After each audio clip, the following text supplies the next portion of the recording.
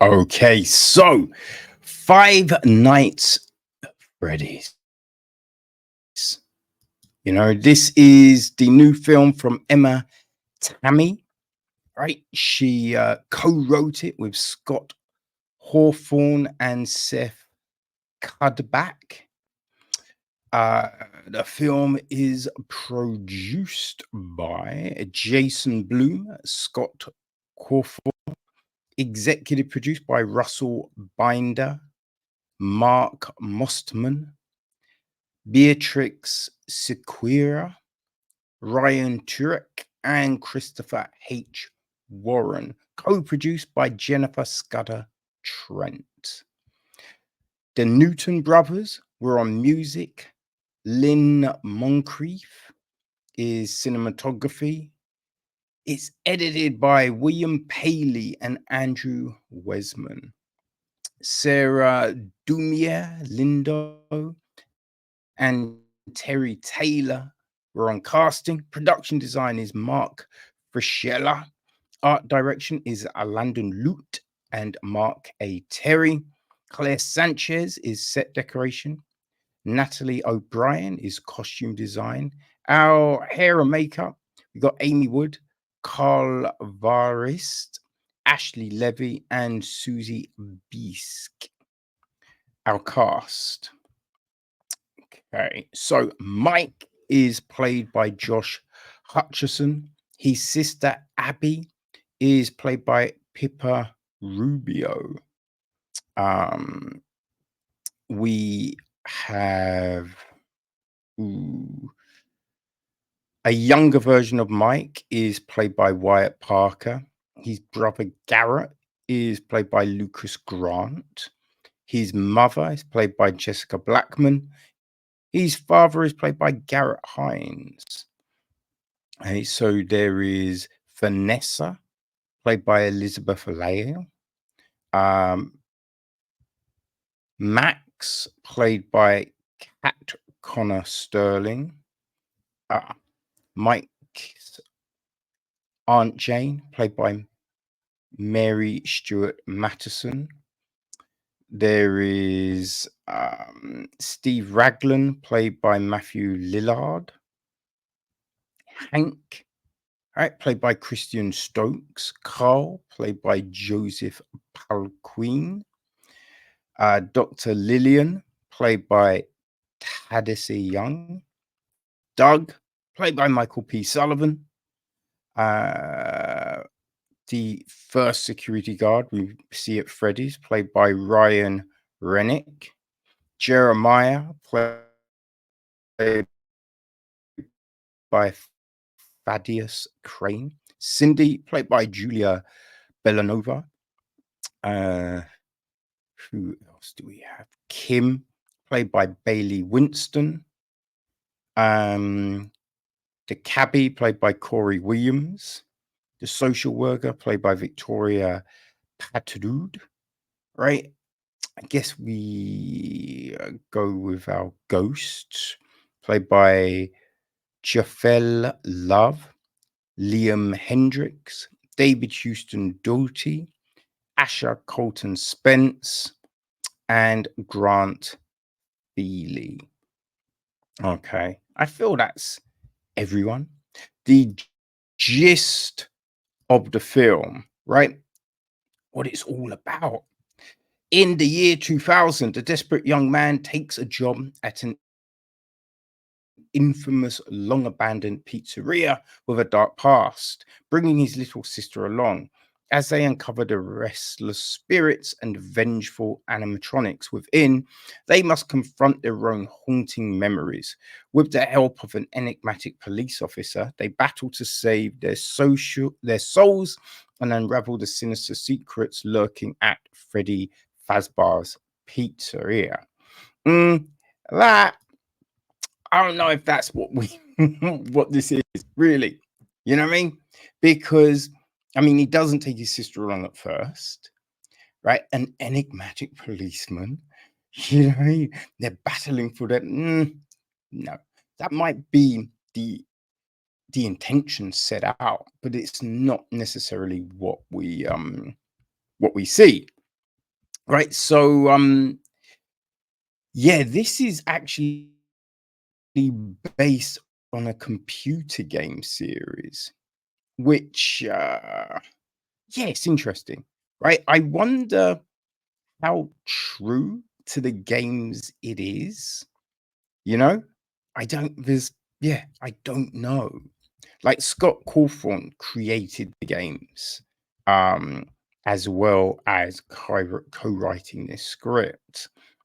Right. So yeah, it's I guess it might speak to people that have experience of the games because they will, they know what this world is, right? They get all of that kind of stuff. And maybe there's parts of the story that if you play the games, they'll speak more to you.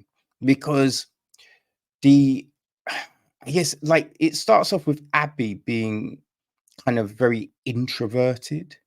She doesn't really talk to anyone or anything like that.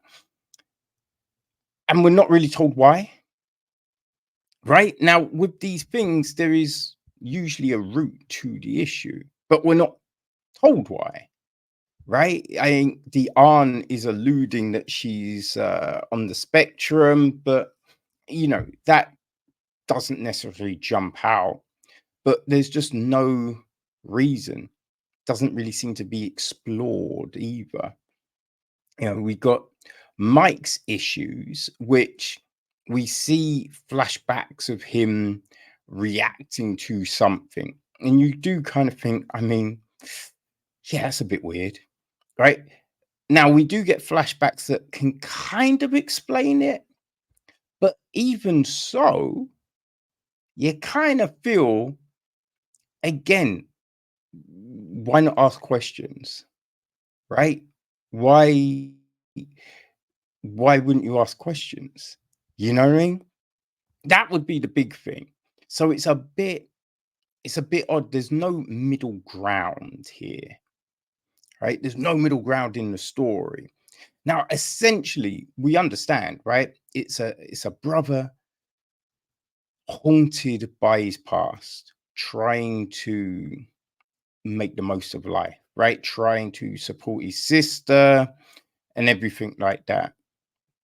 But it's difficult, right? So he takes the opportunities that are there, but he's still not fully in the present, so things are slipping, right? That's essentially the story, and then the redemption, right?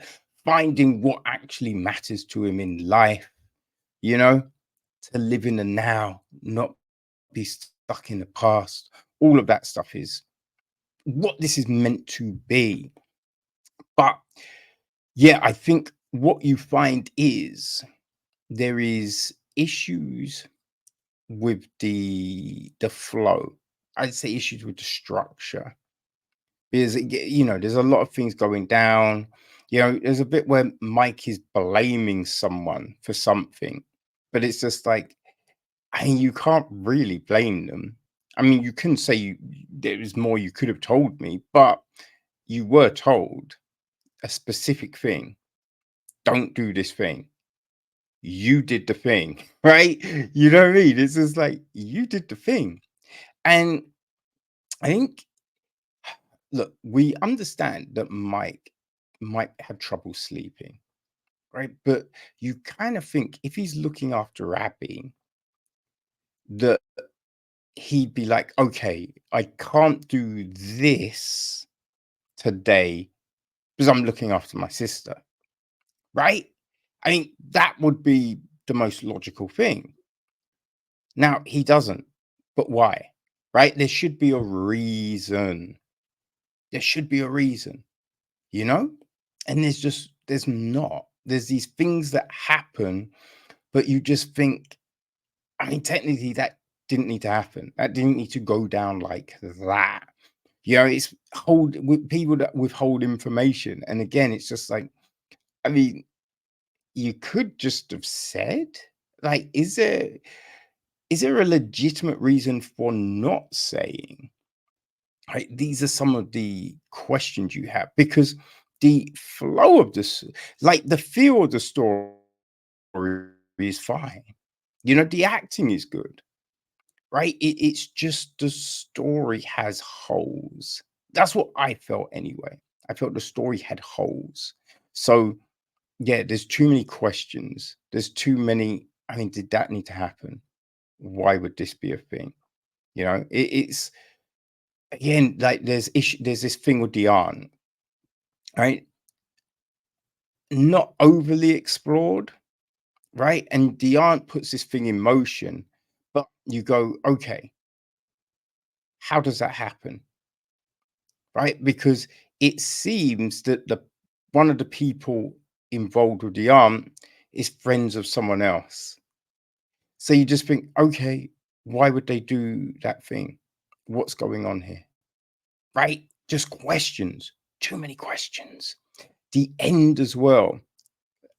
Too many questions.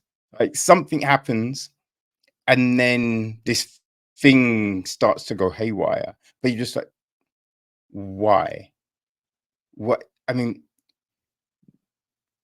wouldn't it go haywire any other time? Like, surely there'd be safeguards. Like, what's happening here?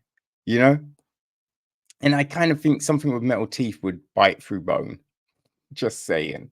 Right? Just saying. Now, it's got a sequel. So the film did well. Right? The film did well. It's got a sequel coming. I don't know where they'll go with it. Right? I don't know where they'll go. Who might come back for this sequel?